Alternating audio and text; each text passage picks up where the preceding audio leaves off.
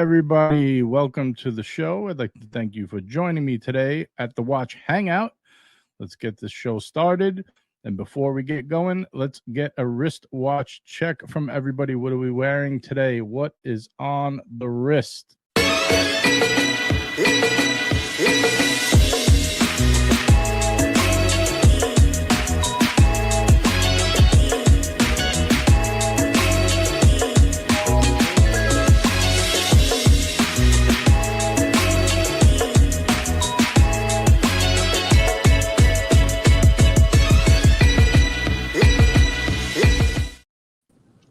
Yo ho ho, hello, welcome to the first Sunday Fun Day of 2025, which is also the fourth year of the Watch Hangout, formerly known as the Gentleman's Hangout.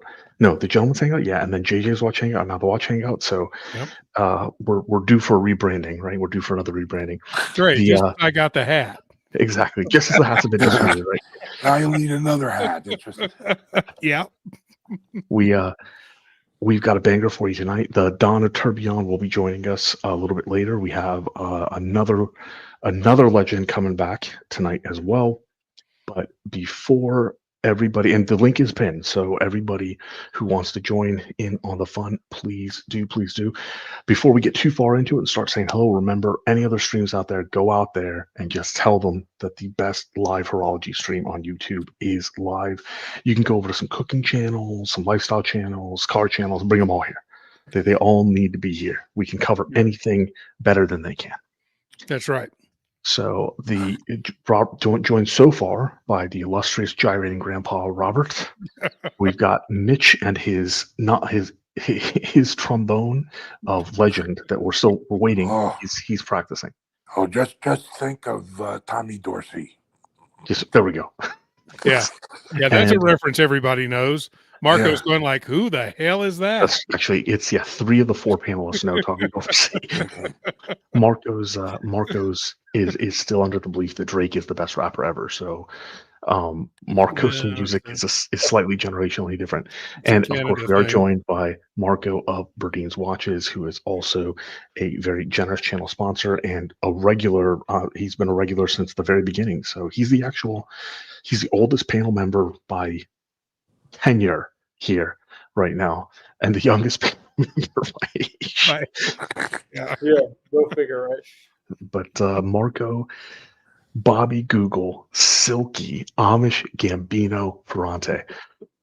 If you guys play your cards right, we'll do a credibility corner on Marco. That is an option. He said he's not easy to insult, so I accepted that challenge. Oh God, it'll be very difficult. Okay? Most people know I've been through the ringer on YouTube, so it'll be very, very difficult. You grow some thick skin after that, you know. That is true. It's still pale, but it's thick. So what do we got on the wrist tonight, Robert? What do we got on the wrist tonight? Well, part of my Watch Hangout care package included this little puppy from Mr. JJ. I want to thank him for sending this over. Isn't that nice? Very nice one. I love the blue dial. So it's a blue translucent dial? Yeah.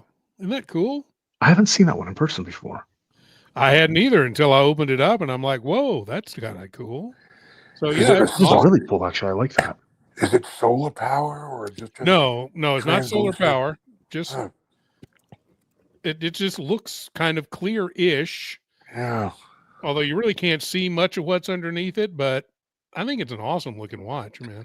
It is cool. Love it. Love it. That looks really good. Mitch, what do we got on the wrist tonight? I have also something blue, my Zenith Chronomaster Yoshido edition. That's a really nice Zenith too. Somewhere Ari's getting a boner right now. We can almost see it, Mitch. Almost. Oh, yeah. I'm just messing with you. It looks good. It looks great. It's a really nice blue. It really is. It's your sky blue. The Zenith does have some pretty good aesthetics on the Chronomaster Sport line. And Marco, what do you have tonight? I'm wearing the monopusher Mont Blanc. You think that's going to be permanent in your collection? Yeah, I think so. I mean, yeah, nothing's permanent. Never say never. I'll be honest. I don't see it going just because it's like it's limited edition of 25. It's like a perfect field watch aesthetic, which I really wanted. It's very different. It's also like bargain horology, right? Like manual wind chrono, mono push or chronograph. Where you're gonna find it? And yeah, I mean, I really like the watch. So no, I think it would be hard pressed to sell it, even if I stopped wearing it, just because Montblanc is just one of my favorite brands. Overall, you just like them as luxury brand. You like Yeah, I their leather, just you like like their them backpacks. Yeah.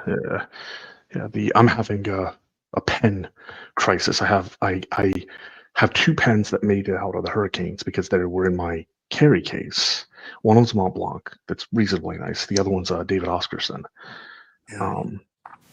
But yeah, one of these days got to pick another one. And I've got the Mr. G Brody model, Brody edition, on rubber. I do like Brody edition.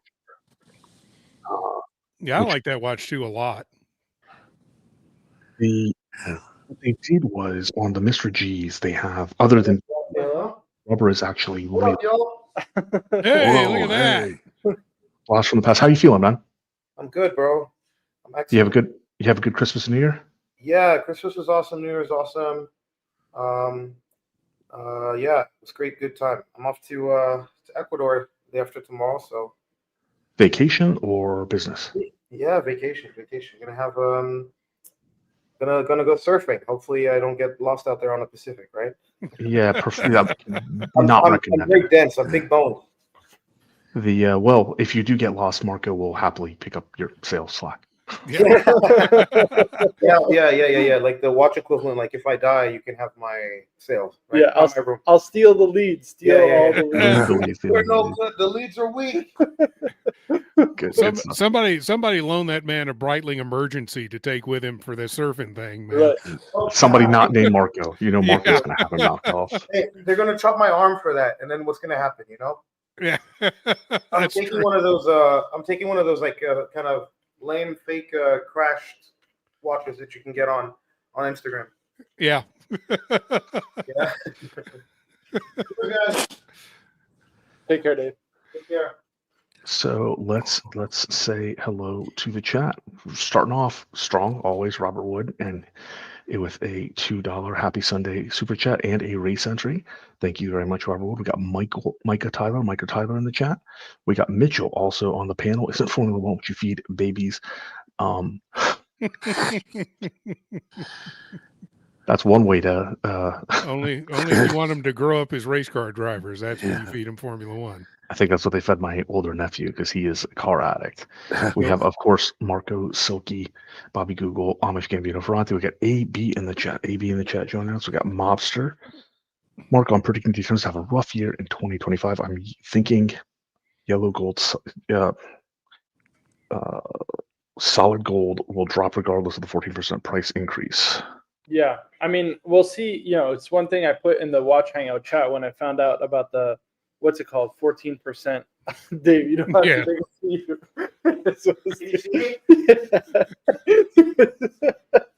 I'm sorry, you're just trying to do this shit. The thing is, it's pretty much every yellow gold Daytona now is going to be trading under retail or almost, right? So, in solid gold, I'm talking about. So we'll see the strength of the Rolex brand. You know, we'll see just how strong the Rolex brand is. Everybody I've heard from has the same prognostication though that that price on the yellow gold Daytona is just gonna continue. I mean, it's a lot of money, like $50,000 for like I don't know. I think there starts to be a point where like Jesus Christ, price increases every year, and like at the levels they're doing them at, it just I don't get it. But who knows? They might get away with it a little bit, but everybody else who's doing the price increases in case like Omega 2 or 3 a year. Oh yeah, I mean, there's even we're an AD for JLC, and I have no scruples to say that JLC retail prices have gone insane. I mean, a dual face reverso is 13,000 and change. Like that's good. I think it was like under 10 grand a couple of years ago, right? Like I want to say like 3 or 4 years ago it was under 10,000. Well, like, didn't they have a 40% price increase earlier this year? Who's this? JLC. They have a 40% price increase plan? No, they had it already. Oh, they had it already. Yeah. But it wasn't across the board. What was that for specifically? I don't know, but I heard it was across the board. But what do I know? I mean, yeah, that's Well, just. you I don't know how you they tend to stay know competitive. lots, though. Yeah, but it seems to me hasn't JLC talked about backing off or at least not raising prices for a while because they see the impact that the massive price increases had on their sales, which has not been good. The thing was that I don't know. I didn't hear that they said that. The massive impact on their sales happened before any of the price increases, right? True. Before they decided to have the generation JLC 2 years ago, right? When the new CEO, whose name her name's escaping me, came on board, like they eliminated a ton of good Master Control, Master Geographic models. And that slide has been, they put a lot of stock into the Polaris, which they couldn't deliver for over a year. Mhm. So yeah, well, let's keep going through the chat. We can come back to those. We've got Yiddish Gambino, JJ's Mold. Hello, watch people. We got Green Rush, Timex Harborside. I don't know which watch that is. I'm not sure about the. Are you familiar with that watch, Robert? Yeah, I think the Harborside is their 100-meter dive style watch, but let me look it up here real quick and make sure I'm right about that. Harborside watches, coastal timepieces. Oh, they I didn't know this. They also have NFL branded Harborsides. I think it's this. Yeah, is that it? They have a whole line called Harborside. Yeah, there's a whole line of them. But true. Okay. So this is the quartz version. I don't think they do a Harborside in automatic, but I may be wrong. Let me. Doesn't look like it. No, they say automatic. Oh, okay. Yeah, they do have quartz versions as well with Indiglo, but yeah, they do have some automatics there. Yeah, not terribly familiar with that one. All right, we will come back to the screens here. Green Rush, thank you for joining the show. We got Burb, the official style consultant, pointing out that Marco is wrong about many things. We've got Duco and his bad internet. He will provide free Powerball winning numbers for you for every upvote. Ryan Humphrey's in the chat. It's I'm not going to. So one of you guys can say it's good to have Ryan back. Ryan and I, we have an understanding. It's good to have you back, Ryan. There you go. What's up, Ryan? We got Watch Out with no comment. And we got Chris, the Watch Lounge. What's up from Myrtle Beach? Explore 20. Oh, coming soon. All right. Maybe there'll be an unboxing on there. I heard he also relocated back to. Did Chris go back to New York? I don't think so. No, I'm pretty sure he relocated from New York back to Myrtle Beach. So I know that's right. Yeah, it's the other way around. Yeah. It was the other way around. Yeah, the other way around. Yep. We have Duco with a extremely generous super chat, $20. Duco in the chat sending smoke signals via the internet. Happy New Year's, all you watch freaks. All the love Duco is having because he lives in the middle of nowhere, where he provides his family with food straight from the wildlife, but internet does not make it straight from his front yard. Yeah, that kill his daughter got, man. That was a nice little story. Beer right off the front porch, you know. Yeah. Thank you very much for the super generous super chat, Duco. We have Billy Jean's PhD. Dudes, I'm still torn between the Chuda monochrome all black on 5-link the Pelagos or the. No, stop it. It's not even close, Billy Jean's. You got to get the Explorer 2. It's just not even close. It's not even close. I know that's the thing is like. Right, that's why I stopped reading. Like I got my eyes hit that. I'm like, oh, now this isn't even a discussion. Yeah, it's just not cool. Once you bring that one in, it's just. I think it's a question of, do you want something that's brand new, modern, or do you want the neo vintage? That's the only question. Yeah, I mean, totally. But at the same time, the Pelagos and other than the 5-link bracelet, but the monochrome, I'd say, is a pretty faithful copy to a certain extent, a Tudor sub. So they're both vintage kind of inspired, you know. True. Although they have modern build quality, they're both vintage inspired. But yeah, between the two, obviously the monochrome on the 5-link bracelet or the Explorer 2 would both be excellent choices. But yeah, no, I would probably go for that as well. No, 100%. You have to. I think it's the obvious choice, right? I went through a similar debacle like the last basically week. I was supposed to get a new watch tomorrow, and I ended up not getting it.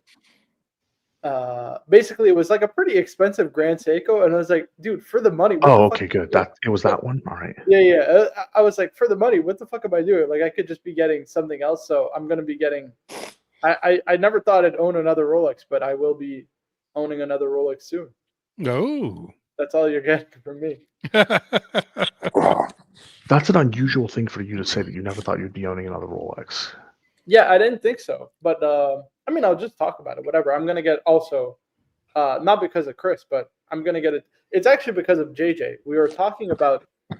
He mentioned to me about an Explorer One, and honestly, I'd kind of forgotten about it. And I was looking at getting just kind of like not a beater watch, but something I can travel with that like I don't have to worry about. It's a little bit more under the radar because a GMT Master 2 is pretty recognizable, all that kind of stuff. Rolex Explorer is kind of a lot more under the radar, 39 millimeter, perfect size, the whole nine. And I'm getting it like for less than what I would have paid for the Grand Seiko for. You know what I mean? And I just like I know the Grand Seiko is it's a more complicated watch. I was getting a GMT. The dial is probably better finished. The movement is better finished. But overall, the Explorer is just a better watch, and I know I'd get more enjoyment out of it. Yep. Yeah. Ladies and gentlemen, I know we want to say hello to everybody, but now we have to say hello to somebody who needs no introduction, but I'm going to give it to him. So, legend has it that 2.7 million years ago, this man went in deep into the forests of what is now modern day India, and he went to a tiger, and that's how we ended up with the domesticated cats of today. Yep. The medium legend himself, Toyota Mille, is joining us. Oh. Hey, what's up, boys? What's up, buddy? How's it going, man? Happy New Year's, boys. Happy New Year. Happy New Year. Hello, everyone in the chat. Hope everyone is doing well. It's a fantastic way to kick off the first Sunday fun day of 2025 with the return of a legend. Hell yeah. Now I'm really quickly going to go through the rest of the introductions to get to Toyota Mo for a couple of hard-hitting questions. We got Cap with a $5 super chat. Thank you very much, Captain, the pit boss. Well, screw the pooch on a price increase rather than 14% Daytona increase. You'd already have had 4 or 5% per year. Cap it for the appropriate number of upvotes. We'll also distribute stock tips. We got Liberty Spot with the member for 6 months. Chat. Hey, gentlemen, everybody, have a happy feast of Epiphany Eve. Epiphany is tomorrow. Thank you very much for reminding us, Liberty Spot. The memberships have been available now for 40 months. If you're not already a member, you can obviously sign up from any of your devices and also get access to the WhatsApp group. We've got Diego in the chat. Good to see Diego. Have a great show, guys.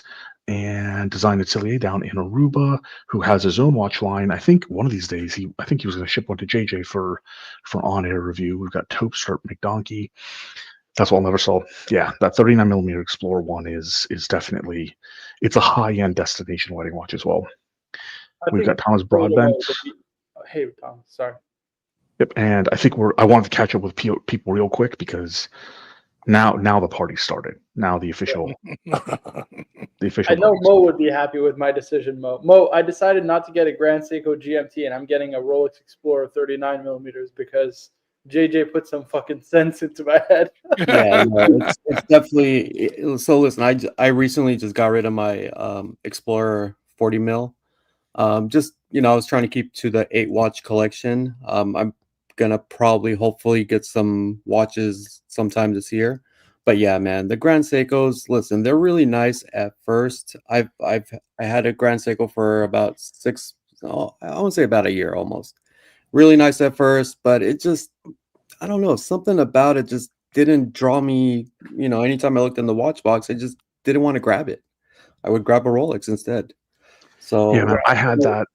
I had the nice, the 60th anniversary diver. It had the new movement in it. Like it was the Beast Blow. That was a beautiful, beautiful watch. I took it to the beach. I had it for a few months. It went to the beach a few times, but every single time I wore it, I couldn't wait to get it off my wrist. And that was like a weird sensation. Like it just never felt right. It felt like I was wearing it out of obligation because I had it. Right. That's same. I felt like I was forcing myself to wear it. It's like, you know what? It's been about a month since I wore that watch. Let me put it on. And yeah, just I don't get that feeling from Rolex for some reason, but Grand Seikos, and I'm not a I don't like the way that they market things. Everything's limited edition, and they come out with a different watch. It feels like every month. I don't know. It's just their dials are cool. I think they're more gimmicky, but I kind of like. I don't know. I think I've refined what I like over the last maybe year or so. So, but yeah, I think there's a couple of the higher end independent Japanese brands that are still quite appealing. But one of the things that Seiko does, that Casio does, and the Seiko group as a whole, like Orient, is an excess number of variants that they call super limited and marketed exactly the same way. Like there's only so, if you were going to do, say, let's say you're Seiko, okay, and you decided to do a series of 4 watches and you decided to do the 4 seasons and you tied it into Vivaldi's masterpiece. Okay, that's fair, right? You do that once and maybe keep that a line around for a while. That's great. That would work. That's not what they do. They like invent seasons and invent environments. There's always like a different story about some watchmaker was inspired when he was taking a shit, and he looked outside the window and he saw a snowflake fall on a deer or something. I mean, I don't need it's a damn watch. Let me see how. Let's it's always something with these guys, but yeah, listen, I think a lot of people are drawn to Grand Seiko because it's available, right? And most of the time, it's available with a discount. So if you're trying to scratch that itch, a lot of people will end up buying a Grand Seiko. Oh, and they're going to say, "I absolutely love this watch," and a year later, it's for sale. But I think did find it interesting. Don't have patience to wait for the watch they really want. I did find it interesting that the past few years, Watch of Switzerland locations kept the Grand Seiko displays almost exclusively right up front. They were nice displays. They were pushing Grand Seiko really hard. Then they did the redesigns of the 2 big WAS locations in my area, and I don't know about the rest of them. I haven't been around the country since. And Grand Seiko disappeared quietly. Yeah. Yeah, right. Birmingham just posted the funniest comment. He said, "I'm drawn to that jujitsu ball." Listen, for the price, they are finished really nicely. But once again, it's just not their bracelets. No, the bracelets. I had a big issue, man. It just never felt right. It just I think I forgot what model it was. It was a SB427, I think. It was one of those seasonal watches. Yeah, it was titanium, I think. And yeah, the bracelet I never really got that luxurious feel that I would from any other brand. No, I mean, and the one I had for being a 60th anniversary, like it was titanium. It was definitely on the higher end of the prices. I was like, this bracelet feels really janky. I was like really, really surprised. I think Grand Seiko is a brand in search of a story. Well, they can definitely manufacture a story, that's for sure. Well, that's the point. The point is brands like Vacheron or Patek or Piguet have a real story. They don't have to manufacture one. Grand Seiko, I think, with all these, this dial was I saw the moonshine over the river Kwai or whatever. That's an attempt to try miserably to imitate the stories that the historic watch companies already have. Yeah, you're not wrong. Sorry, go ahead, Marco. No, please go ahead. You're not wrong, Mitch. And what's weird to me about it is if you look at other Japanese companies with the same pedigree, Toyota, Honda, Mazda, like the car companies, they don't make these missteps. Casio doesn't make these missteps. They all have the same historical pedigree. They're all in terms of they don't, relative to their industries. Toyota can never say like they were the Ford Model T. They can never say that they were on British Racing Green, World War I racing circuits, right? They can't ever make that claim. But they don't try to make that claim. They created their own story, Toyota and reliability, and for God's sakes, the Hilux and terrorism and like everything. Like Toyota has their own versions for Mazda, the Zoom driving experience, right? They all at Casio with the G-Shocks. Somebody mentioned that they like the Edifice, right? So the Edifice lines, like Casio has created stories around. Seiko's is a brand that has the same history, and has really made a massive misstep in that space. Real quick, because I see a new name. We got Max Redstone, greetings from San Diego. This is the Casio Edifice comment that made me think of that. So I haven't seen Max before. Welcome to the show, Max. And I saw somebody else join us that I don't remember. I don't know. I missed that. So anyway, continue shitting on Grand Seiko if anybody wants to. Yeah. Ollie, I have pulled up the watch I was gonna get. If you want to pull it up, and then I can pull up Mo's Grand Seiko. We just posted in the chat. So this is the one I was gonna get because I really like their Whirlpool dials. I think if you're gonna get a Grand Seiko, this probably shows it better. If you're gonna get a Grand Seiko, you want to get something with like the Whirlpool dial. It just kind of feels cool, and it's a GMT, really cool watch. But yeah, just kind of expensive. What was the price on that watch? I'm honestly ashamed to say what I was gonna pay for it. Mo. I was gonna pay $7,300 for it, which is cheap for that watch, but it's not that cheap, you know. Yeah. So that's the one that I had. I really liked the seconds hands. I thought that was kind of cool, but then after, it just fucking boring. It's absolutely boring. I'm sorry. Yeah, that would have been a bad one. Nate, that would have been a really bad one. I know. Yeah, that would have been harsh to swallow, man. 73. What's retail on it? The retail, it's trading over retail. So there's a couple of Grand Seikos with these Whirlpool dials that trade over lists. So I think the retail at the time was like 55 or 5,300. Mm-hmm. The thing is Mo, I can probably just get, whenever they release like a cool limited edition that I really like, I could just get it. I'm an AD, we're an AD for Grand Seiko. Right. So like, and we get it at, not for anything wholesale. So you get employee pricing. Yeah, so, exactly. Yep. I didn't know. I don't know if you guys know. I didn't know that Burb got a new sub. So see if we can get him on, because he says it pops more than the no date. The no date is kind of, might be my only target for 2025 since it's like a rebuilding year. But we'll see what happens. We'll see what happens. Yeah, I think he unboxed it on the stream a couple months ago, right?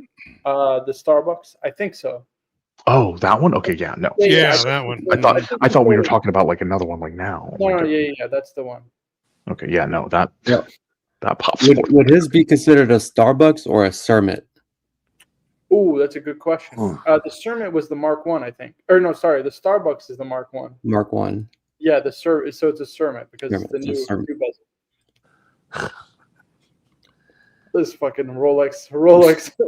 Yeah, I never liked the name Starbucks, so I always called my watch a fucking a Cermet. I didn't mind Cermet, but then I had to accept reality and say, all right, because mine's is the Mark 1, so I have to expect. It was. Starbucks. I did find it kind of interesting, and I wonder if Rolex didn't like it either. It's like every other Rolex is named after a character or like a thing, but not a brand. Yeah. Right. And the Starbucks is a brand, which I don't think Rolex should be. But I mean, like Green Lantern or something like that, Well, but so see, Pepsi and Coca-Cola to me are acceptable because as brands, they are really kind of they're really kind of the pinnacle of their game. Starbucks is, I don't know, anybody I know who likes coffee doesn't like Starbucks. So I don't associate Starbucks with quality or pinnacle of anything. Except pricing. But Toyota Mo, all right, I gotta ask you, man. So you kind of hinted at it. You said, you're not sure. You got your 8-watch collection. We haven't seen a collection review in a while. My collection's in shambles right now, so I'm not ready to do an actual collection review until probably the end of the year. But what watches am I gonna get? There's a super chat. Oh, we don't. What? Give us your 20. I'll get the super chat up here in a minute. Give us your 20. I was waiting. I'm usually waiting for a voice to say super chat, and then franchise club. All right. So, to what? Well, I would say the main watch that I'm really waiting for is the Day-Date 40 mil green ombre dial. That's the watch that I really want the most. So that, and then I'm waiting to see. I'm on the list for still the Celebration dial, OP. Absolutely love OPs. And the only other watch that I really asked for was the new Yachtmaster, the titanium Yachtmaster. Titanium. Yeah, fuck. I had that watch on wrist. It is absolutely beautiful. Absolutely beautiful watch. Yeah, that's the one. That green ombre, beautiful watch, man. The way that I do not like green watches. I despise green watches. No offense to Jeremy Butcher. This watch is killer.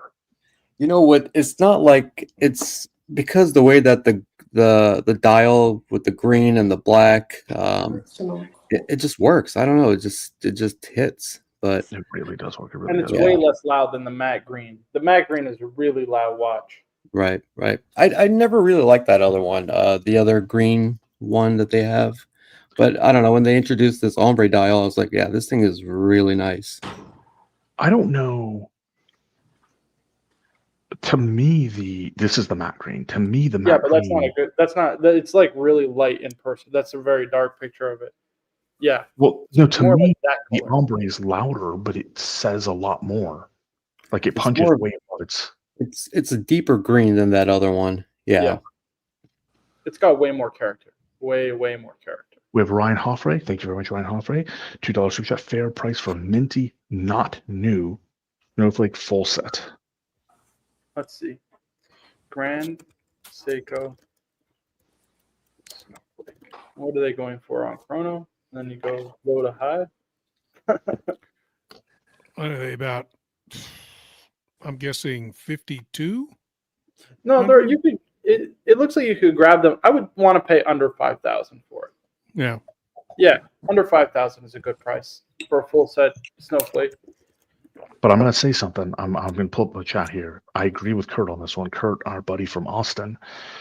The Snowflake, never meet your heroes. Like, I heard so much about the Snowflake, the texture of the dial. It was just going to pop and nope. Like, in person, I'm like, it fell super flat to me. And I don't know if it's because... You too? Yeah, I heard the Snowflake. And I saw it in real life. I'm like, is that it? I thought I was going to be blown away. It did next to nothing for me. I'm sorry. I'm sorry, Grand Seiko fans. I'm sorry. And if I was going to get one, I would get the Skyflake. Yeah, I would get the Skyflake because I think the blue has a little bit more character than the white. My buddy had that watch as well. So he bought the Skyflake and I bought my Grand Seiko at the same time. We got 30% off. That should have been the first red flag. But but that Skyflake, I will admit, it was a lot better than the watch that I purchased. He actually got rid of it at the same time as I did. Yeah. That's as I did. But I agree. The Skyflake would be the watch to get. I pulled up a screen of the only other Grand Seiko I'd like consider. And like even this is just like, so I know everybody a lot of people like the Omowatari or whatever it's called. I like this a little bit better. It's the same case and you get the Sunray dial. But it just feels like every time I look at this, and it's like every Grand Seiko, I just know I'm going to flip this within a couple of months. Mm-hmm. But it's just never going to last. Like I just know myself it's never going to last in my collection. But minus the spring drive on that watch, you can get a very similar Seiko cocktail time that looks almost identical to that for $450. Yeah. Ish. Yeah, that's Good deal. Yep. Good deal. Yeah. If Seiko, I haven't thought about this much. I'm just pulling this straight out of thin air or out of my ass. If Seiko dropped Grand Seiko as a brand and just had Seiko across the board, they could, in my opinion, I'm thinking this through, they could dominate the $2,000 and below, maybe $2,500 and below market. Like they could just utterly. We've got a second Mitch and we've got a Burb. And a Mitch with technical difficulties. Did I break Mitch? I don't know, dude, but that mustache is about to break my yeah. break my heterosexuality. Look at this, Marco. Listen. Mine is going in there, guys. Ladies and gentlemen. Yeah. That's a real bad there. God damn. I gotta get the rotator. I gotta get something. And somebody just got pregnant. Oh shit. All right, hopefully one of these Mitches will come back here. You could just kick them for now. I would just kick them now. Yeah, let's clean it up. All right, I'll leave that one in the back in case it comes back. Yeah.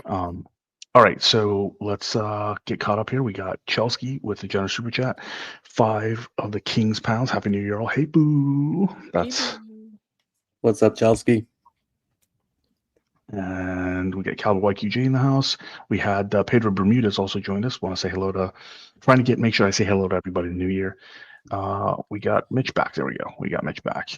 And thank you very much, Chelsea. And we have one of our longest standing members, Bubba Hotep, member for 41 membership. The 3 greatest legends known to mankind: Rolex, Lexus, and Toyota Mo. Great to see you on the panel, Mo. Happy New Year. I can't wait for some great shows this year with all our awesome members.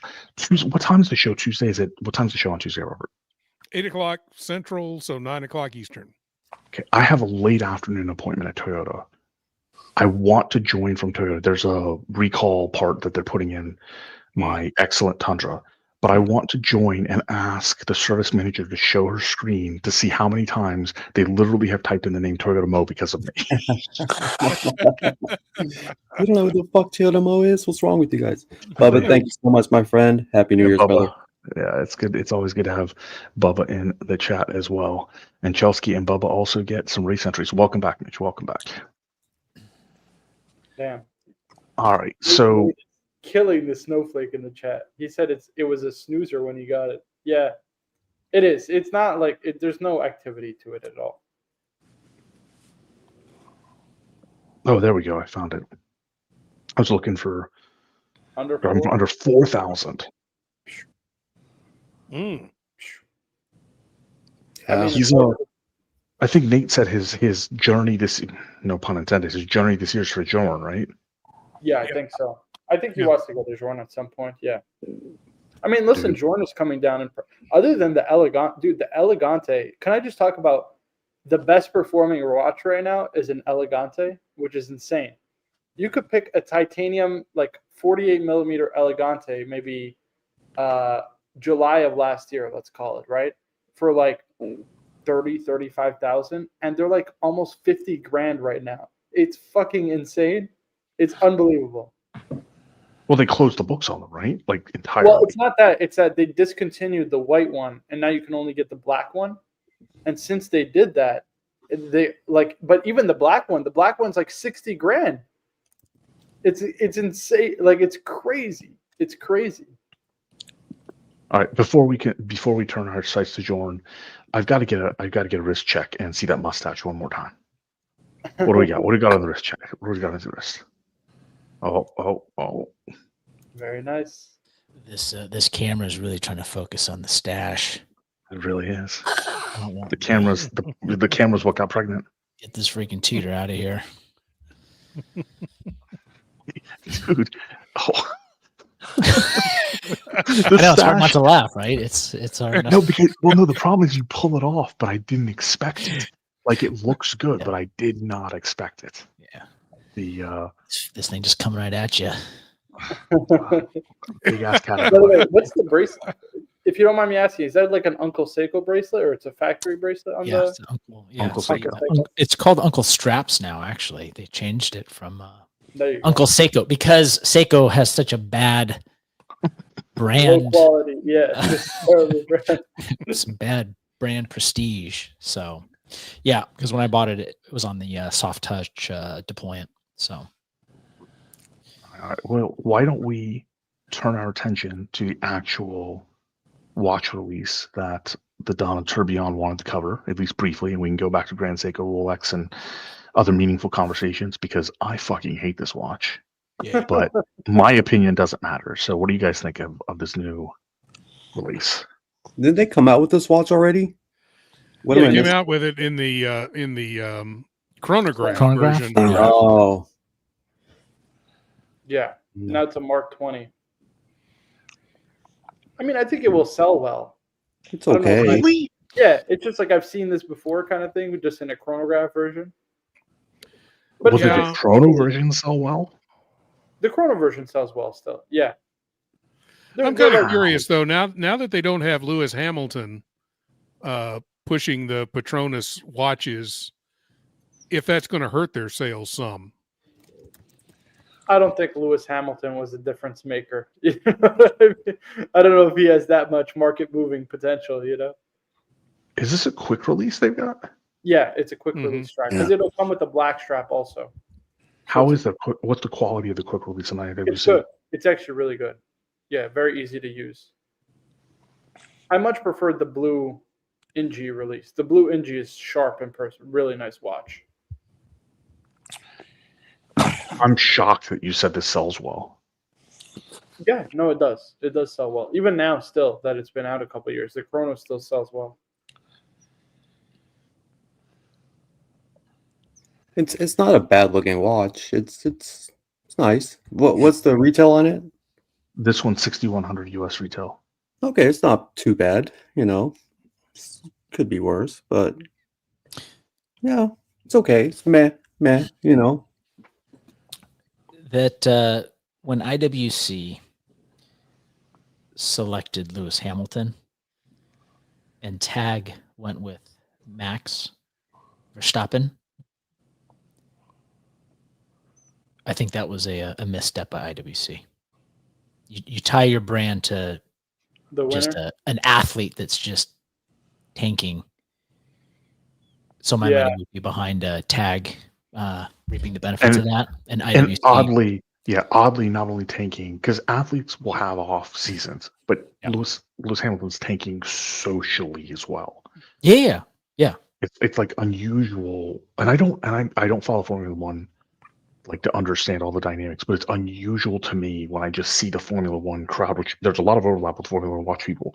The turn on Lewis Hamilton feels like LeBron and the trade show from Cleveland to Miami type of thing, like people turning on another kind of overrated, mediocre athlete that shouldn't have those type of endorsements. Marco's just dying to say something. Now, I don't know if Mikey wants to jump on. We can do some clam chowder reviews. What's up, Uncle Mikey?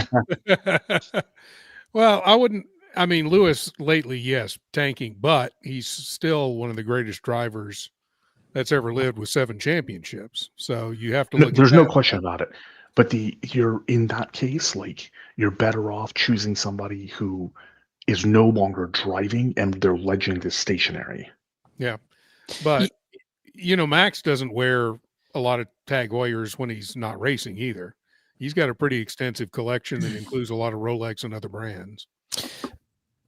But is Lewis Hamilton really one of the best ever? Or was it the machine, right? It could be. And then it's like Honda. Well, I mean, might as well have been Toyota that just completely blows him out of the water, and then it's like maybe IWC's stuff is inferior. If they had someone that could drive that car better, they would probably put him in it. But he still has to. His equipment is probably one of the best, or is the best.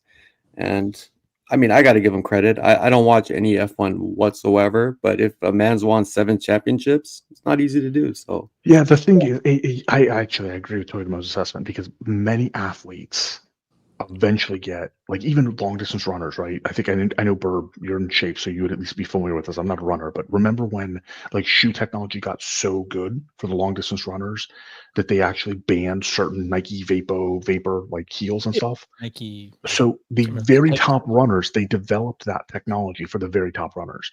Lewis Hamilton won with, good gear, but it wasn't known to be the absolute best like kit out there the first 1, 2, 3 times before he was just sat in the best beast of a machine for a few years. Right. That's like I think that's a fair assessment. Like he earned the machine. Yeah. Athletes can choke, in order to win a championship, you can't choke. And if he's done it 7 times, he's a top of the game. F1 fan for 30 years, only Senna's better. Okay. What about Schumacher? But isn't Schumacher has the most championships? Yeah, I believe he has 8. And so Schumacher's a hell of a tragedy, man. Yeah. I grew up like I never really watched it, but when I was younger, it was Schumacher who was like winning everything. He was like by far, it wasn't even close. He was by far and away the best driver. I'm always curious to find out. I thought Lewis tied him. Yeah. right? Wasn't that the big? I didn't think Schumacher had 8. I thought Schumacher had 7. He may have 7. Yeah, they may be tied with 7, and Lewis is hoping to get 8 with Ferrari. So we'll see. I think he's going to have a better machine this year than he's had the last couple of years with Mercedes. And then 2026 is kind of a crapshoot because all the cars will be new with new rules. So 2026 is a total, nobody knows what's going to come up then when the rules change. But then it seems to be more the machine than the driver at that point.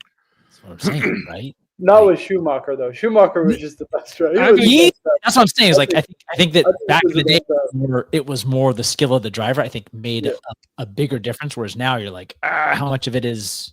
Yeah, but nowadays more. Let's go back to the endorsement thing.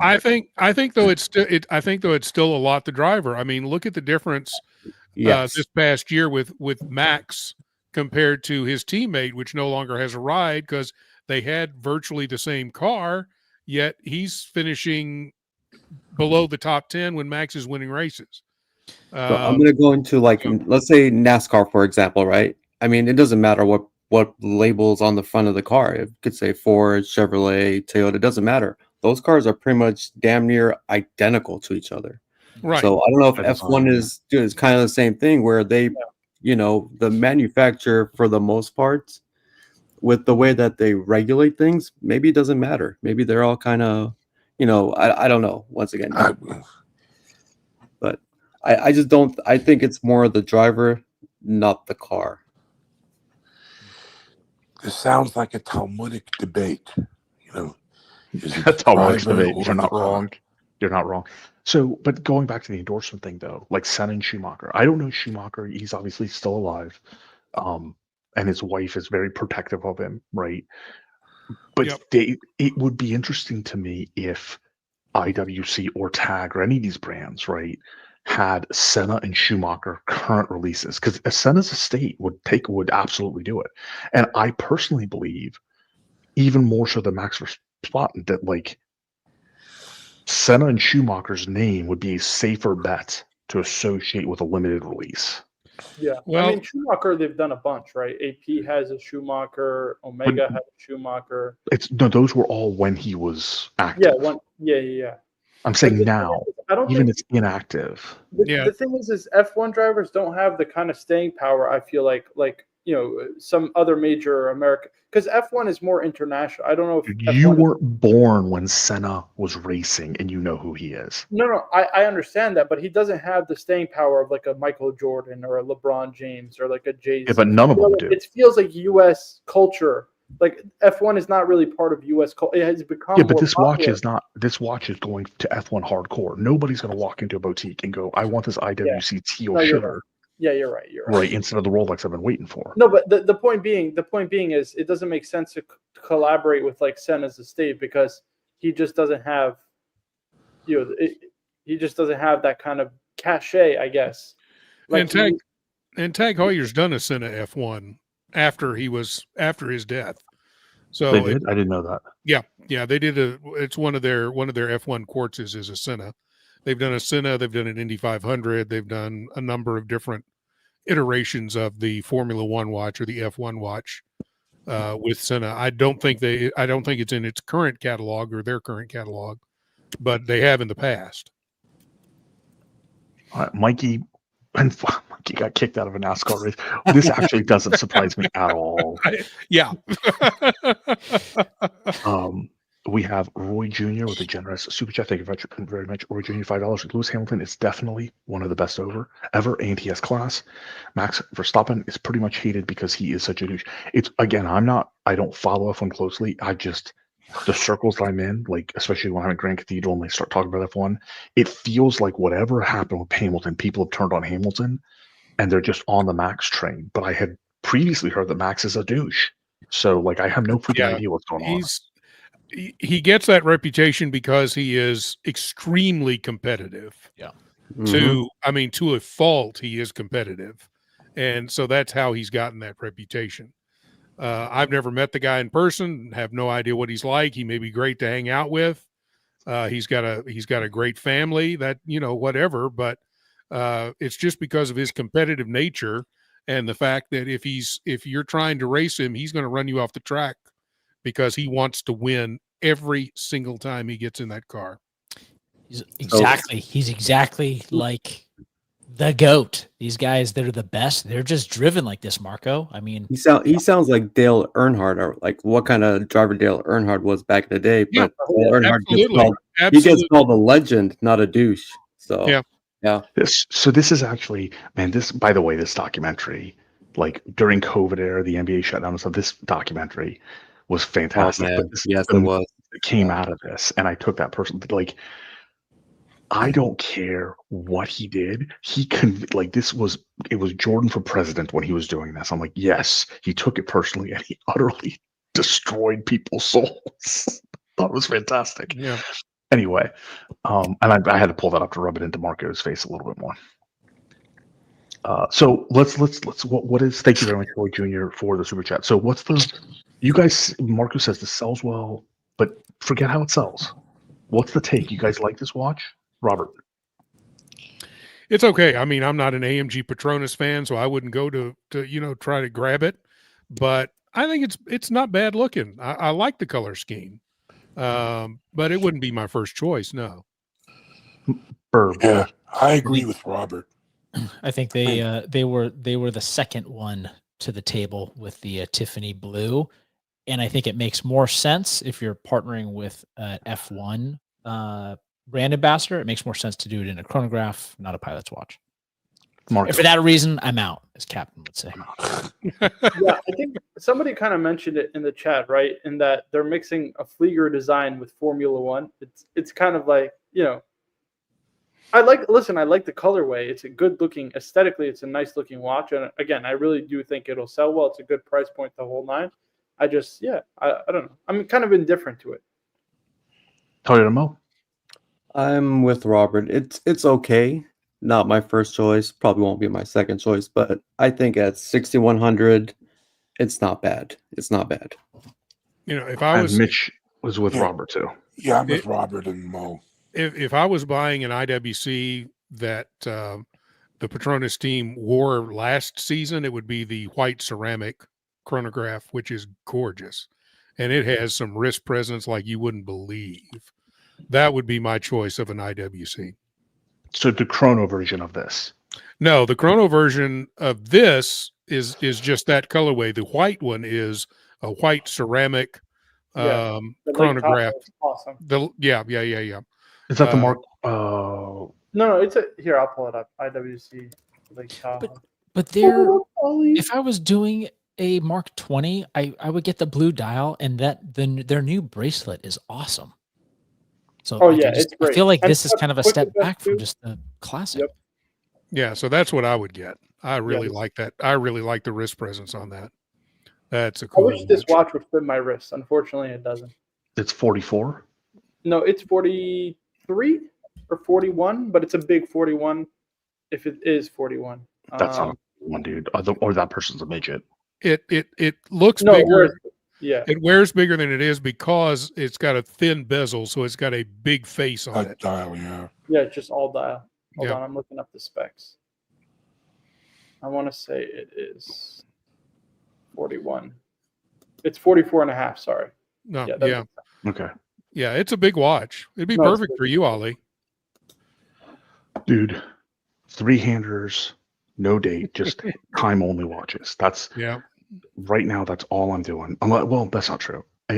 Chronos, no, not even chronos. I like time only, and then I like to step up to like complicated watches. Every time I get a chrono, I'm disappointed every single time. Yeah. But I like the idea of a chrono. And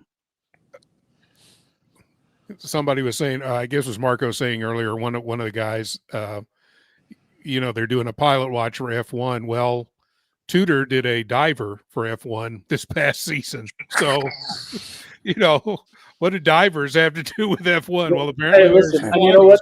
Those Red Bull Racing divers and the chronos sell horribly on the secondary market. Yeah, they're really not at all. So even at retail, they don't sell that well. That argument doesn't bother me because every tennis watch there's no such thing as a damn tennis watch. Federer's wearing GMTs and divers all the time. So RM almost makes a tennis watch.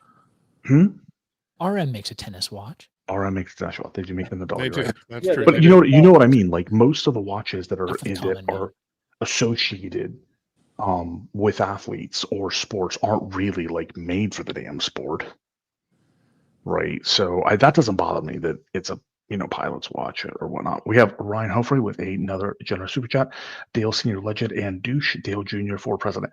So I have a funny Dale Senior story. I moved up to Minnesota, and I was at the Mall of America, and they were selling a large die cast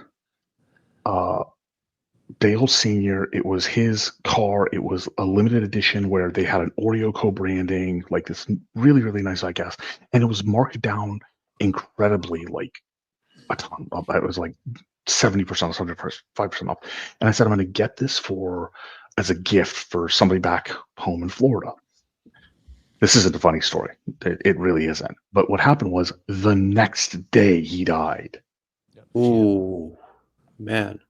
Yeah, the next day he died. I was actually watching that race live. That was some crazy shit, man. It's crazy There it shit. is. Speaking of IWC, PETRONAS, yes. yeah. It's So Commander Damn, dude. Brian. That actually looks really solid now that I'm seeing it. Yeah, I just came on to say how much I bought F this. all of you, and I bought it at retail. I like this watch a lot. I prefer it on this sailcloth because it's not quite as It's not as loud as the other. yeah. Has the green band that comes with it. Yeah. Don't they do a sailcloth with the green stitching? Is that That's what the this one you has. have? That's what it it right has? there, yeah. Yeah. So it's got a green backing to it. Oh, Mhm. And then there's the stitching. There's this. Now I can see the color. Yeah. And it's just it's titanium. It's super lightweight. It's really comfortable. It's really easy and functional to use. And I like the fact that it's got the day and the date. Because when you're not sure when you're not exactly sure when the weekends are, it's nice to have this. I'm just saying. Yeah. I think that watch on that black strap is a huge difference. Yeah. I mean, it looks great. And in that configuration you have right there, it actually looks really good. Yeah. And I've worn it on I have a black rubber IWC strap because it's got the quick change system. So I've got the black rubber, I've got the teal rubber, and then I've got this one that came with it. And how do you feel about this watch now that Lewis Hamilton sucks? I will tell you this much. It pained me to buy it because I'm much more of a BMW guy. And I like the fact that the AMG part is hidden on the back. Yeah, it's a good thing they didn't brand it, honestly. Yeah. Which they used to do in the past. Remember they made all those crazy AMG engineers and they were just so ugly. They were so ugly. Oh my god. I think it looks corny when they start putting like a Mercedes or AMG logo on the dial. It looks really corny. Put the branding on the back. Exactly. Yeah, and remember when Gerard Perigo had those BMW Oracle whatever? Yeah, Oh God. Orbs, the orbs. Yeah, it was ugly. But this watch has become one of my. It's almost beating out my left-hand drive for the daily wear, just because it's so comfortable. And you can see I've actually dinged up the case. Yeah, it's a real good beater. I love IWC. I just can't fit their goddamn watches on my wrist. Every single one I like is just too big for my bloody wrist. I have an irrational dislike for IWC that I'm hoping that at this year's Watches and Wonders, which we'll be covering live with Toyota Mo and the Pit Boss Captain on this channel. The cap is not confirmed. We might drop the link in the chat, Ollie. We might. Okay. So we'll keep you updated. Yeah. I appreciate the loyalty. I'm hoping that they revamp their diver line. The Aquatimers? The Aquatimers, I'm hoping they completely revamp it and I find something within IWC I like, because the Ingenieur is just too little too late for a Roy Lloyd fan. I just can't get behind it. Yeah. And this one, like it. The blue, honestly, check out the blue dial, Ollie. It's really sharp. Because the thing was with the Aqua, when they released the Aqua, I liked the dial, but they did polished center links on it, which killed the whole, it killed because every other one has a brushed bracelet. But yeah, it's But really nice. The blues. I have a 6 3/4 inch wrist, and my problem with every IWC was that they were 43, and this one's a 41 millimeter, and it does fit nicely. Yep. It looks really, and I really do like the look of that one on yours. Yeah, and there's the little stitching. I'd already own a Portuguese or 7-day if it was 40 millimeters, because 42 is just too big. We just hit the hour mark, and I just really think we need to take another look at that mustache. Yeah, there you go. It's a mustache break. Oh, what we should do is we should get GMT to record the 2025 commercial with Birminghard instead. Just do a voiceover. You can't eat my meat. Oh God. Oh, that's terrible. That's I terrible. don't know. Maybe you can't beat my stash. Ow. Yeah. So I don't know what we did. I don't know. Why, I guess. Yeah. I'm not a fan of IWC either. I don't know. I don't know. We got Ducky in the house. What's up, Ducky? The Watch Hangout, the best facial hair on YouTube. Yes. That's right. Dude, this is day 3 or 4 of the goatee again, which I haven't worn in years. No, it's the 5th day of the new year. No, of just the we are being joined by the AMG PETRONAS. Oh shoot! Hey, I recognize that hand. That's a nice little model there. That's an older model of the Is this one where you pull it back and it charges up and then it? No. It zooms. Hi, Birminghard. Hi. Shout out to Tommy Hilfiger. Hi, Burb.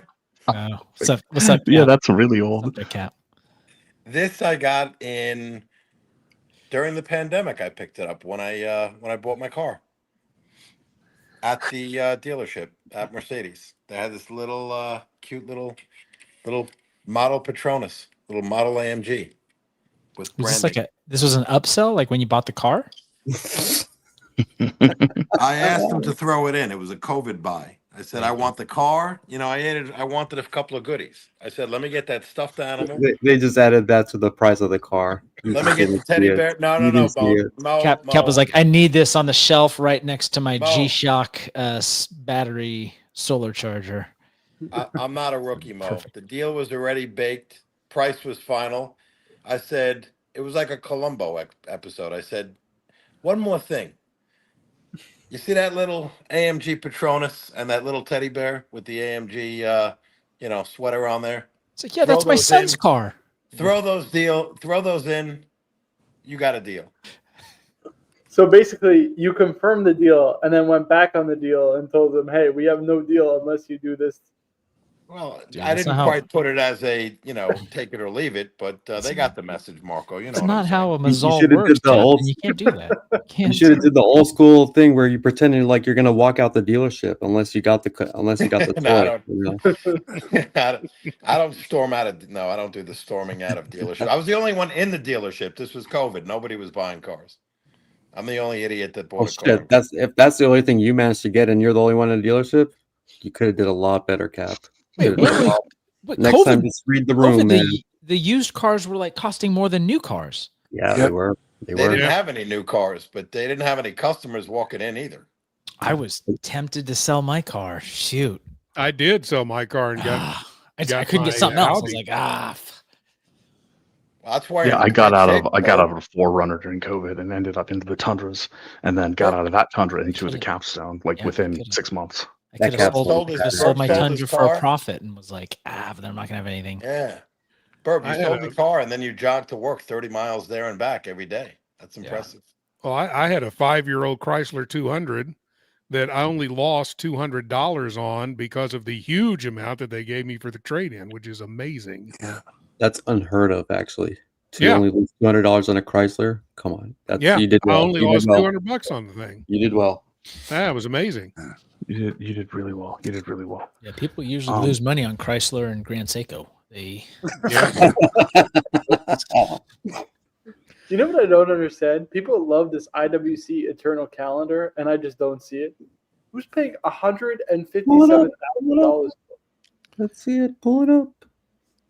Look at this. No, it's literally just it's a Portuguese or perpetual calendar with a new movement. I don't know who's buying that at retail. I think it's a good looking watch though. I think it's nice. It's a nice $25,000 watch, which is what you could pick up. Even you could pick them up less, which is what the problem is.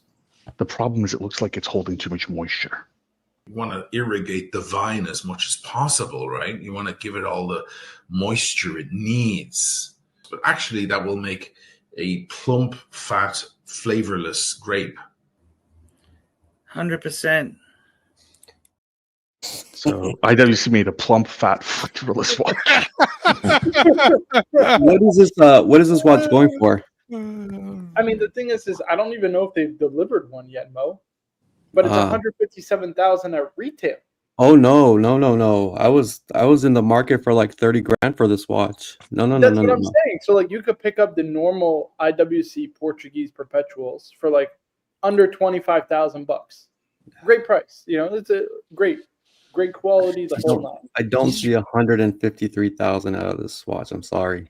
These are all so big too, though. Like they're not like elegant on the wrist. Like they're just thick. Correct me if I'm wrong. The current IWCs need to be reset in the year 2100. But that's all perpetual calendars. Yeah, that's all. Part. This one for another $120 some odd $1,000 doesn't need to be reset until the year 2400. Yeah. But the thing is you're going to need to service it every 5 years. So you're going to bring it into IWC anyway. So the 100-year interval doesn't really matter, you know? They'll just fix it for you. Well, I'm just saying for $120,000 more, you know, fuck the 4 generations down or 5 or 6 generations down that have to deal with it. I'm just getting the cheaper version. Right. Yeah. Actually, so Nate just said you could get them for 13 to 16. See, so I was upselling them. 25K is too much. So you could get them under 20,000. Yeah, because I mean, I'm not going to be around in 2100 anyway, so Yeah, that's up to somebody else. You could get an MB&F Legacy Machine perpetual calendar for this price. In any variation, I think, except for the platinum. I don't get it. I don't see it at all. I don't know. Maybe AI Robert Wood will still be running. Yeah. Watch Hangout. I don't think so. Whether AI is out of fucking control. Dartboard. I would be out of control as AI. Good Lord. I was saying pricing via dartboard. Let's see what we pricing via dartboard. This is mentally bothering me though. Okay. I don't know if you told me that I had a watch and the year 2100 is going to roll around and the perpetual calendar is now. I don't think. Let's say I live. You know, we live forever. Whatever. I'm not going to give a shit. I'm just going to start at the year 2000. Like I'm not going to give a shit for $120 some odd $1,000 more. Right. Like I won't be around in 2100. You know. No, but even if I am, I'm not going to give a shit the price difference. If it was the year 2099 and they said you could save that much money by buying the one that goes to 2100, I'm buying the one that goes to 2100. Yeah. Oh, ladies and gentlemen, we have. He's going to be turning left any minute now. This is the Look OG. at that. Only the OGs remember it. It's the winding road with the speed bumps. What's up, GMT? 4 years in, same drive. My legs. This is where we want to be. What's going on, boys? What's up, man? And GMT, he brings the members in. SE signing up as a new member. Thank you very much, SE. Hey, if you Long time no see. If you want to, if you're not already, if you want to get into the WhatsApp, you can. Hang on. Did you just say SE is a member? Yes, SE. Wow, this is a big moment, mate. It's a long time. You know who SE is, right? Yeah. He's a freaking legend in the watch community. Yeah, he's an OG. OG viewer. Yep. He's a good friend of mine as well. So you're saying he's a stolen lead? Yeah, we stole the lead. Stole the lead. Stole the lead. SE said hello to Mr. GMT. Can I tell you something? SE is a friggin' legend. He really is just a champion. That's what I'm gonna say. He's got a hell of a good taste in cigars as well, if I recall correctly. Yes, he does. So thank you very much. If you want to get in, someone said hello. You said hello? Yeah, SE just said hello. SE just said hello to Mr. GMT. You're a legend, SE. So if you want to get in on the WhatsApp SE, you can send a DM to the Watch Hangout on IG, and JJ will send you. You can send it to me if as well on IG, and we can send you a link if you want to get in on the WhatsApp group. But thank you or Mark, yeah, that's true. Who is a channel sponsor. All right. I completely lost. Were we still shitting on IWC, or did we go back to Grand Seiko? But I like, god damn it, I like Brian's watch. A lot of sexy watches out there. Right, Ollie, does that strap make a huge difference? The strap is a huge difference on that watch. Made a huge difference. I'll tell you what, strap-ons make a huge difference. I'll tell you right now. Strap-ons make a huge difference. GMT has entered the chat for sure. Hey, I can second that the correct strap-on has saved my marriage. I was muted, but I am laughing. Oh, God damn. Okay. I've had a few big ones. See, the thing is, at the moment you can't see it, but if you saw his Disney collection behind him as he was saying that, that would just be so much better. Well, and the other thing is to remember in a marriage, you also have to have some give and take. Oh God! Oh God! Literally, right? Ooh, Lordy. Ladies and gentlemen, This is getting heavy, boys. we're the Watch Hangout It's after getting hours. deep. Real deep. Oh, GMT, don't do it. Don't do it, GMT.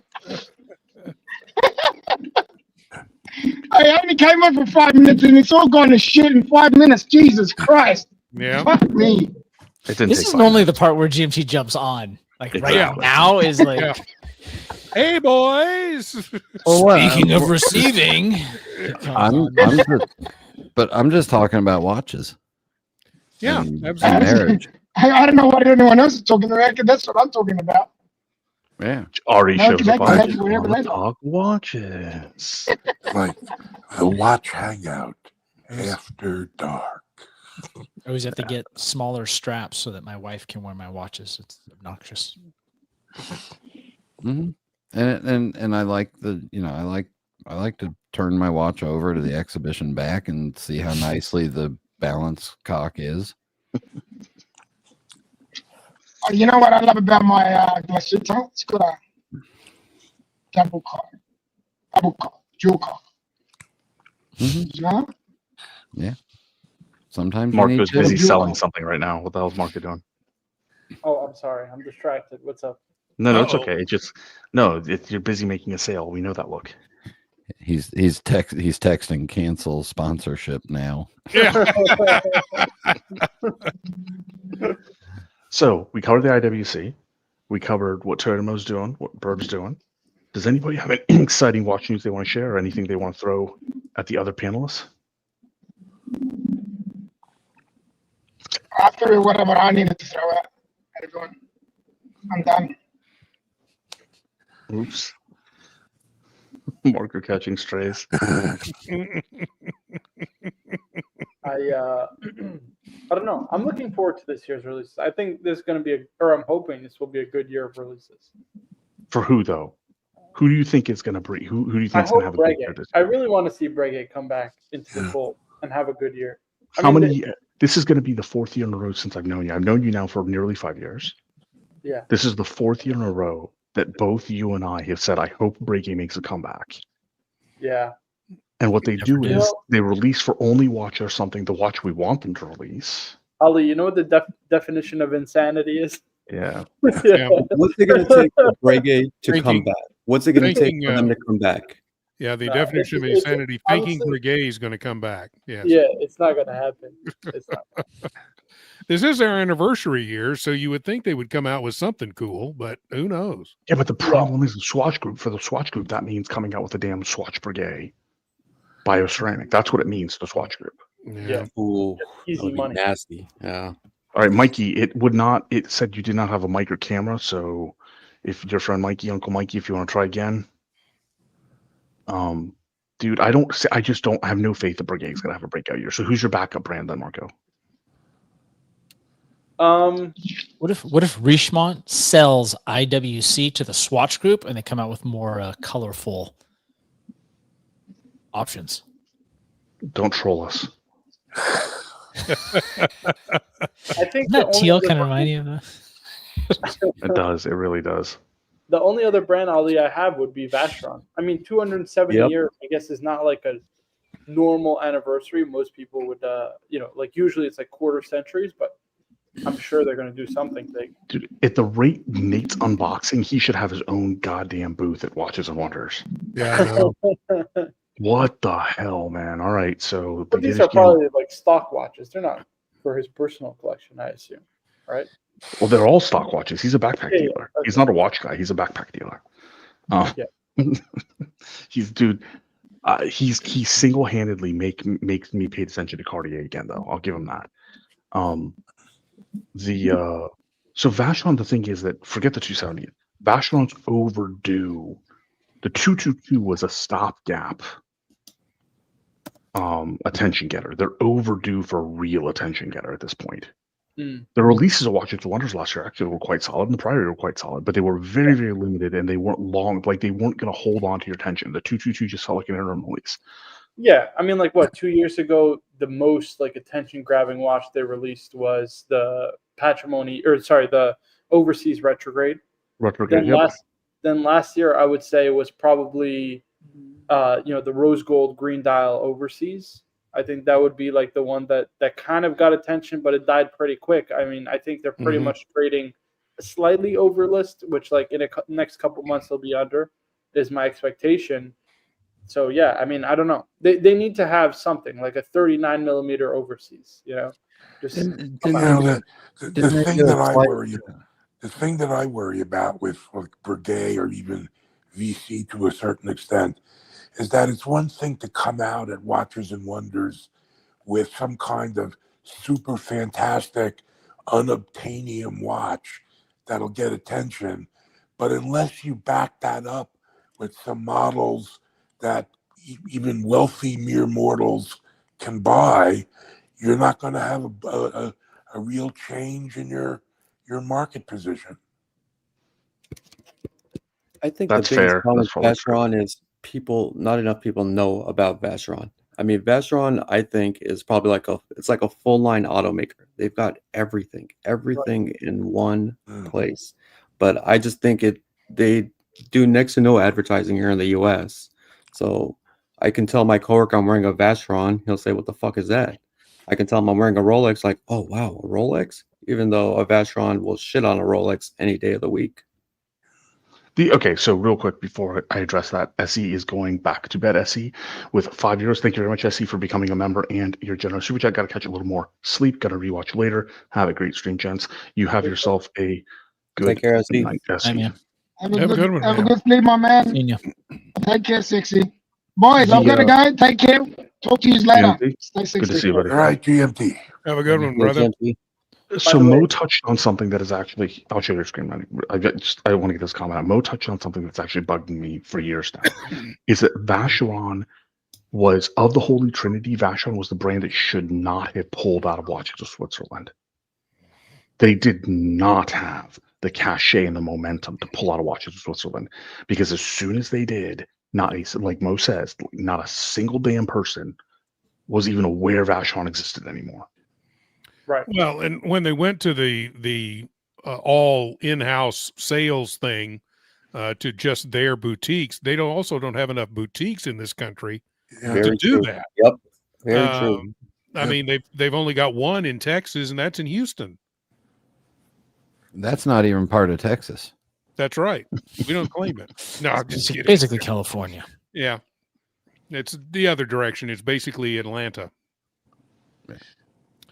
But yeah, so I mean, they don't have the enough locations in the U.S. to really do what they did.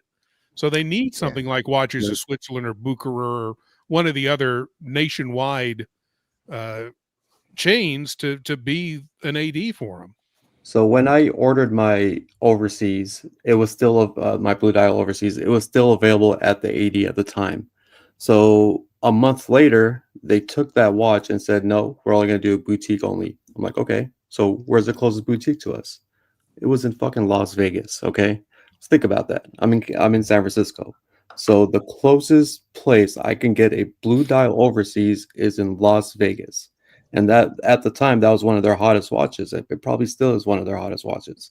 Mm-hmm. But, you just think like people are going to that AD to try to get that watch. And next, like, sorry, we don't have that one. You have to go boutique only. So, yeah, they didn't do anything good for themselves by just, taking the ADs out and going boutique only.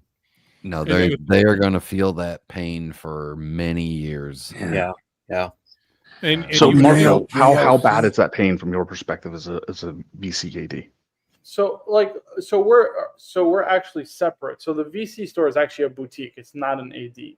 So our VC store is not an AD. It's a boutique that's completely like it's part of the Burdeen's umbrella, but it's kind of its own separate thing.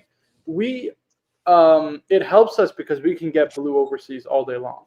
Like we'll get like steel overseas probably once a month, and then maybe a couple times a month. It just depends on the dial variations. And then the hardest ones to get are actually the dual times. The dual times we get the least of, as far as I know, according to David. David works at the Vacheron boutique, and so it doesn't really affect us. But I think brands like like Longa, who's going boutique only pretty much. Like we used to be a Longa AD 2 years ago, and Longa's fucking crazy. They pulled it out from under us. I mean, a datograph at like $100,000 when it sells for like 70 on the secondary market. I think it's going to be a pretty tough environment for them to compete. And they're going out of they're going into the boutique only model, while like Moser's going into watches of Switzerland and places like that. It's like, Moser's do not doing do the that. right move if they're making 3,000 watches a year. They need a heavy retailer to be making that kind of production. Speaking of heavy, my brother in XXL, Jeremy Butcher. Actually, I heard Jeremy dropped a lot of weight. So Jeremy, it's good to see you. The heavy super chat. I wasn't referring to just his XXL. The heavy super chat, $50 US. What watch should I buy during the blizzard? Maybe a Blancpain? Lol. Yes, I'm still working. So Jeremy, I'd like to note that the medium legend has returned. So you're getting close to expiration date of being off air, so you got to get back on the panels, man. You got to get back on the panels. JLC was doing the same thing in terms of moving to a boutique model. Yeah, well, JLC has lost their damn mind years ago at this point. But everybody else is losing their mind post-COVID. I don't understand. The New York City multi-brand ADs have really taken it in the shorts, so to speak, because all of the major brands that they carried, almost all, have gone to the boutique model. Yep. Mm-hmm. And so they've had to go and basically focus on independence of various sizes.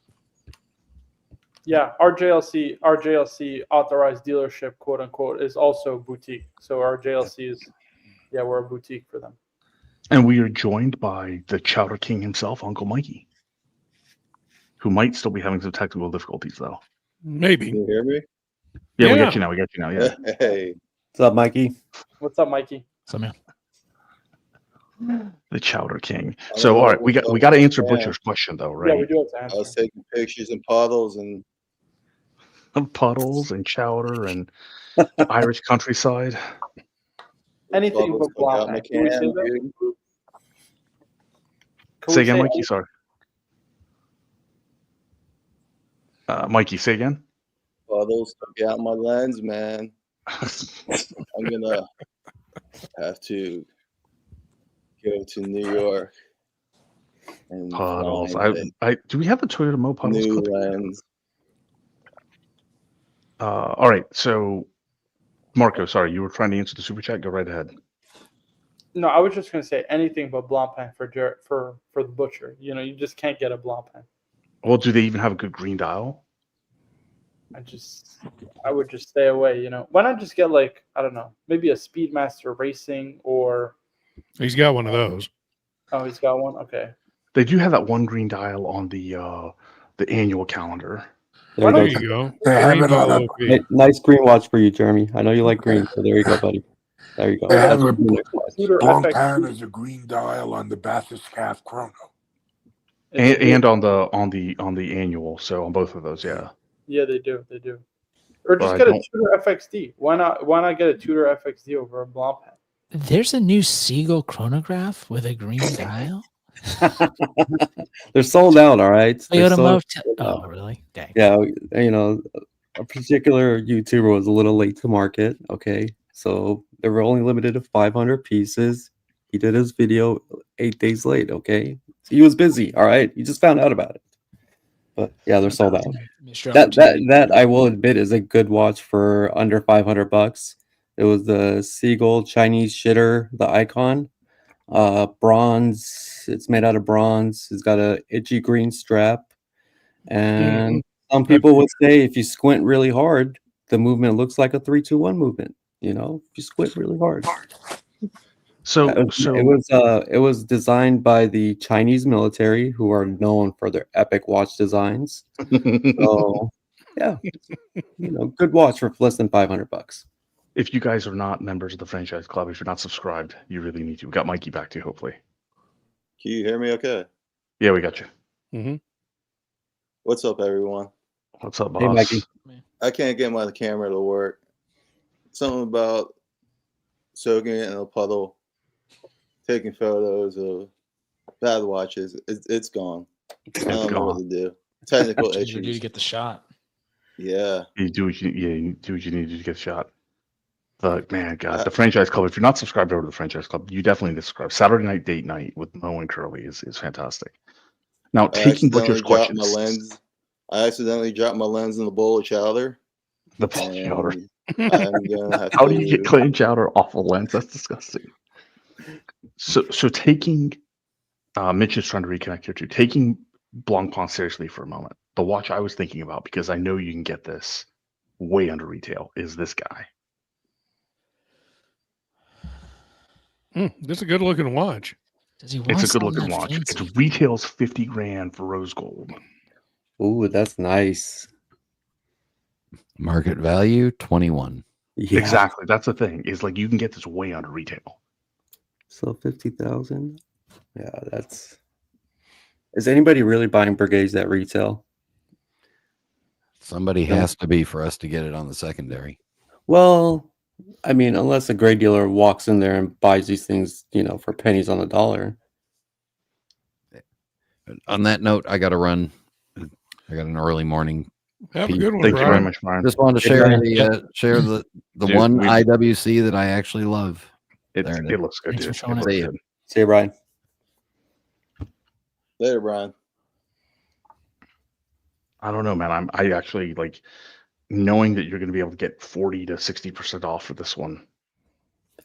I would take this watch any day of the week. Let's forget about price over that other IWC that you guys pulled up, that Eternal The Calendar. white, the I mean, eternal calendar, yeah. yes. Yeah.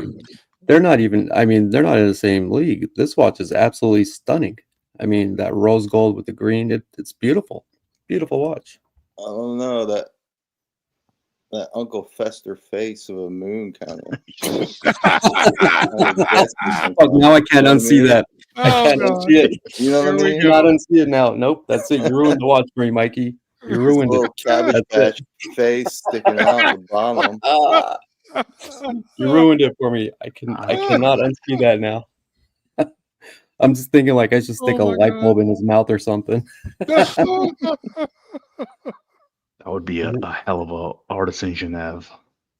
I kind of dig like the gold IWC with Portuguesers, and they started to actually fill out some of the dead space with with the complications. Mhm. I thought they were going in a good direction. What else is Blancpain? What are they doing over here? Blancpain is, I mean, the whole Swatch, that release they had alongside the Swatch collab, I thought was a disaster. So, I mean, I think they make awesome dive watches, but the prices are just ridiculous on their Yeah, dive but watch. so Jeremy never buys anything without a discount, even from the 80 in the first Okay, place. good. So he's absolutely like he is a bargain. This is all ceramic, which is allegedly quite nice. And again, you're going to be able to get this way under retail. Retail's 21. But he's wanting a green dial chronograph. Ooh, that's a good one, Burb. The one that you put in the chat, in the private chat, that's a good one for Jeremy.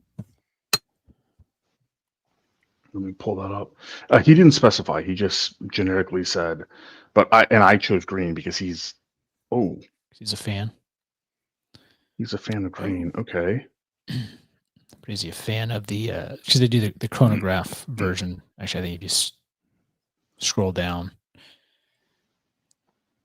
should have the pilot's chronograph. I think that one.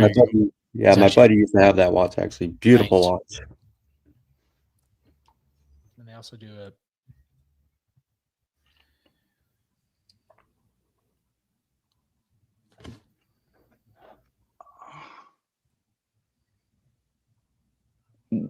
Why over the Speedmaster? Just because the green. Just because the green. Oh, and Jeremy did follow up with Toyota. You had me itchy green strap. Thank you for Jeremy for the follow up super chat as well. You gotta be careful of those itchy green straps, man. Yeah, man. I don't know, man. Well, how much does this retail? Do you know off the top of your head? I'd say 7.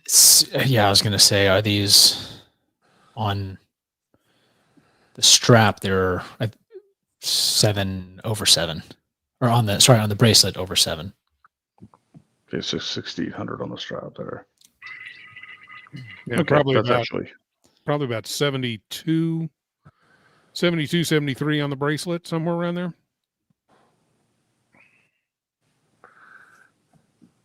77. Wow. That's a big jump just for a bracelet. Especially one that I don't particularly like. I think this watch looks way better on the strap than the bracelet. I'm with you, man. I agree. I would tend to agree with it. Yeah.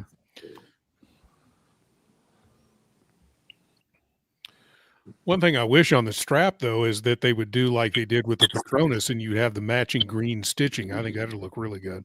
Oh, yeah. You can get them bespoke to make that for you. Yep. I don't know, Butcher. I don't know that we have a great suggestion for a Blizzard watch right now. You're gonna have to give us some additional guidance. We got Uncle Curly in the chat. $10. Thank you very much, Uncle Curly. Mo, Mikey is fire. Hello, Hangout crew. I need some MTS drops from Burbs, please. Have a great night, everybody. The soundboard has been summoned, Burbanard.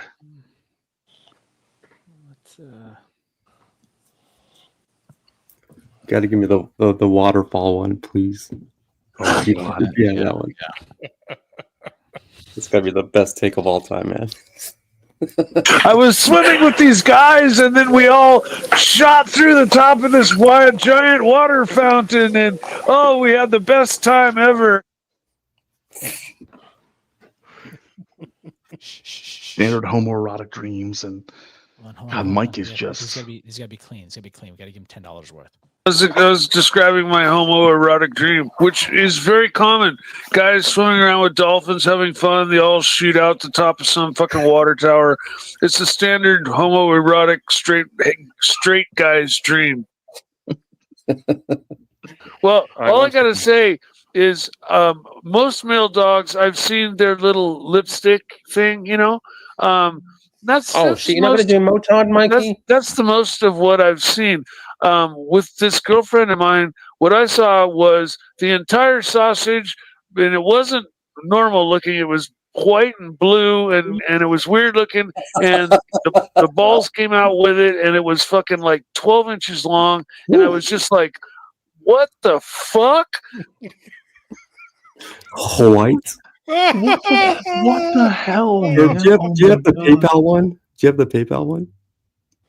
I just got a PayPal from Mike the Snake. Mike the Snake sent me a PayPal, Bear. That's amazing, man. It's not me. It's somebody else. I only PayPal you, which I just did. If you want to check your PayPal. I did. No, PayPal. This is PayPal from Mike the Snake. That's what I said. Oh yeah, no, that was me. Right. Yeah. Oh, that's fantastic. Marco, thank you for joining tonight. Appreciate it. Have a good one, Marco. See you later. Oh, God. Oh dear God. Mikey keeps getting cut off. What's going on? This is StreamYard's driving me crazy here.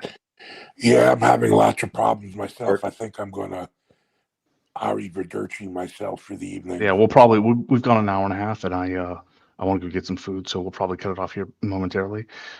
Ending on Mike the Snake was probably a pretty good note too. So we've got a number of race entrants, but we need to choose some. So first of all, Toyotomo is getting in on the race because he. Oh wait, let me. No. I wouldn't feel right. I'm sorry. I gotta get in. We gotta choose complimentary ones. I don't need no captain freebies. All right, so let me just get in on this. You know, I don't want no asterisk by my win, like how Cap had his for a while. All right. Well, I'm going. Billie Jeans needs to be in there tonight. You got any suggestions, Robert? I would say Brian, since Brian the Pipe came on. Oh, that is a good point. And Brian the Pipe and Burb's mustache. There you go. All right. And so we've got 16 entries for tonight. 16 entries. Toyotomo is coming any moment now.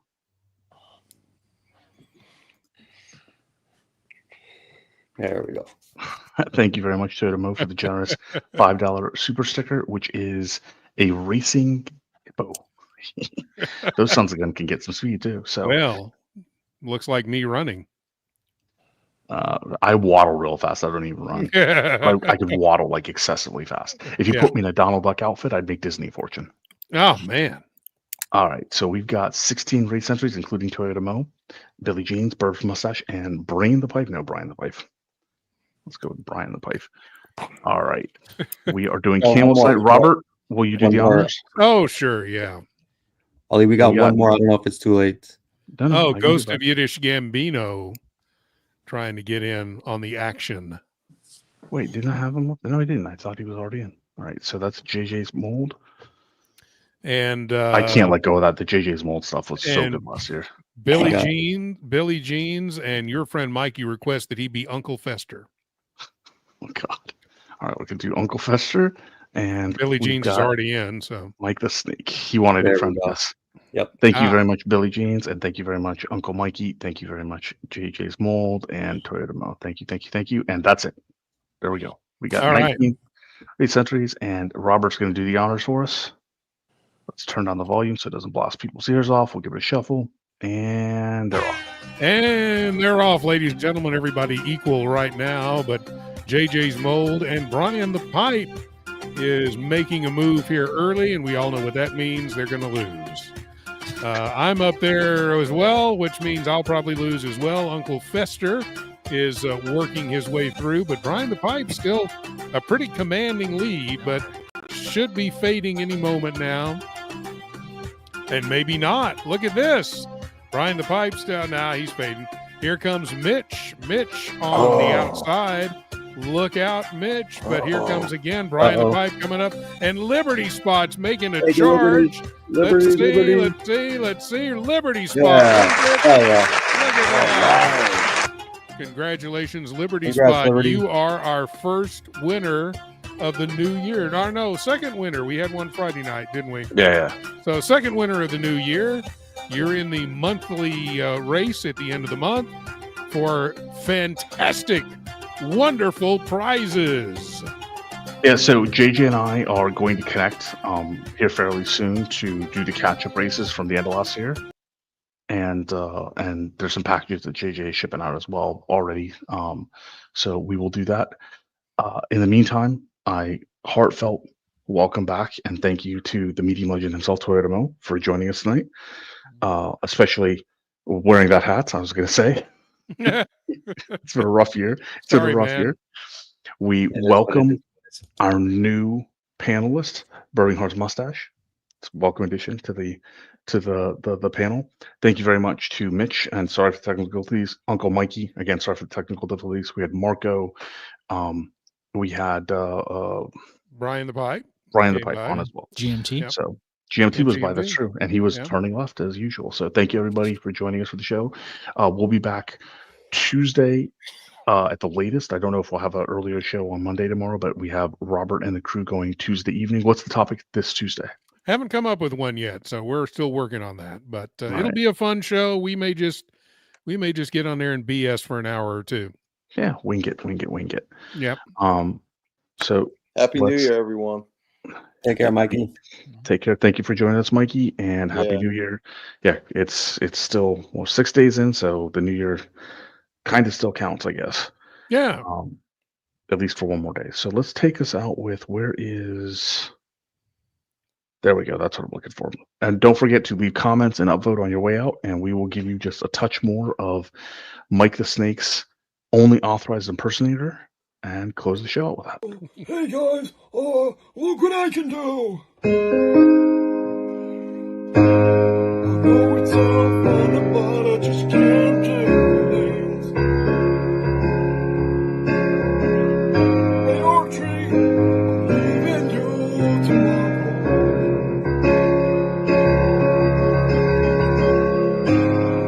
I'm kinda getting tired of all the names like from Jimmy calling me. So I'm kind of saying, chink out, motherfuckers.